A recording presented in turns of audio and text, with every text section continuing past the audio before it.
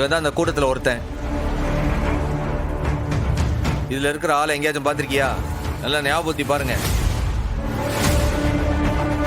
இல்ல மச்சான், நம்ம ஏரியால இந்த மூஞ்சியை நான் பார்த்ததே இல்லை. கூடாது பாரு, சுத்தமா யாருன்னே தெரியலையே சார்வால். ஏட்டையா, நம்ம ஏரியா விடுங்க, வெளி ஏரியால எங்கேயாவது பார்த்திருக்கீங்களா? இல்லையே.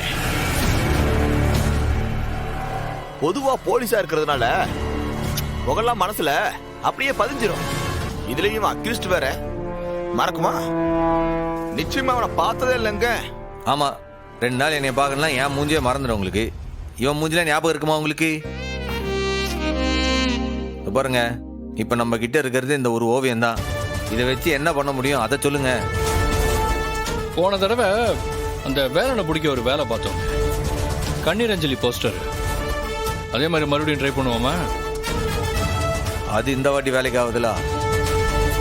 அவன் ஒரு தனி மனுஷன், அவனை அந்த மாதிரி பிடிச்சான். இது ஒரு கூட்டம்ல, இவனை போஸ்ட் அடிச்சு ஓட்டினா மற்றவெல்லாம் உசாராய் தப்பிச்சிருவான்ல. நமக்கு அந்த கூட்டத்தை விட அந்த கூட்டத்தெல்லாம் வழிகாட்டுறான் பாரு ஒருத்தன்.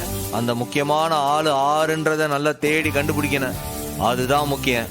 அப்படி ஒண்ணு இருக்குல்ல நமக்கு. இவன் மட்டும் இல்ல, இவன் கூட சேர்ந்து ஆறு இதெல்லாம் வழிகாட்டுதானோ அந்த தலை ஆறுன்றத கண்டுபிடிக்கணும்.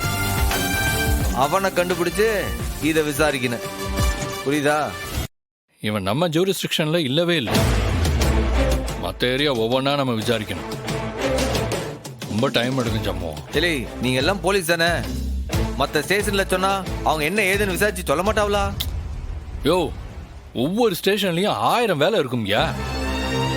பெண்டிங் கேஸே எக்கச்சக்கமா இருக்கும். அதுல இதை உடனே பாருன்னா அவங்களுக்கு நேரம் வேணும்ல. இல்லை, இதுக்குதான் இங்கெல்லாம் வர வேண்டாம்னு சொன்னேன். பாத்தியா, நம்ம கிட்டே இப்படி எல்லாம் பேசுதான். இதெல்லாம் நானே பாத்துக்கிட மாட்டேனா? தேவையில்லாம இவங்கிட்ட வந்து கம்ப்ளைண்ட் கொடுக்கலாம் சொல்லுதிய. ஏன்பா, உனக்கு மாலை போட்டது எதுக்கு? கொஞ்சம் அமைதியா இருக்கிறதுக்கு தானே மாலை போட்டது. கொஞ்சம் பொறுமையா இருப்பா, இன்ஸ்பெக்டர் சொல்றது கேளுப்பா. சார்வால், யாராவது உயர் அதிகாரி சொன்னா எல்லா ஸ்டேஷன்லயும் உடனே தேட ஆரம்பிச்சிருவாங்க இல்லையா? ஒரு ஐடியா. ஏற்கனவே நம்ம வைஜெயந்தி மேடம் நம்ம குடும்பத்துக்கு ஆதரவா தானே நிறைய வேலை செஞ்சிருக்காங்க. சண்முகம், அன்னைக்கு போஸ்டர் ஒட்டும் போது கூட அந்த வைஜெயந்தி அம்மா இந்த கேஸ் சம்பந்தமா என்ன உதவி வேணும்னாலும் கேளுன்னு சொன்னாங்கல்ல. கேட்போமையா?